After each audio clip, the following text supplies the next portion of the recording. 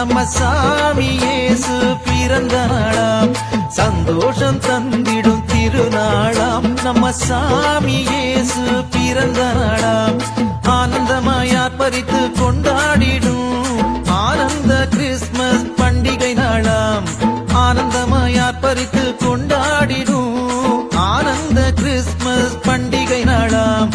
ஆனந்த நாள் இது ஆனந்த நாள். ஆனந்த நாள் இது ஆனந்த நாள். சந்தோஷம் தந்திடும் திருநாளாம் நம்ம சாமி இயேசு பிறந்த நாளாம்.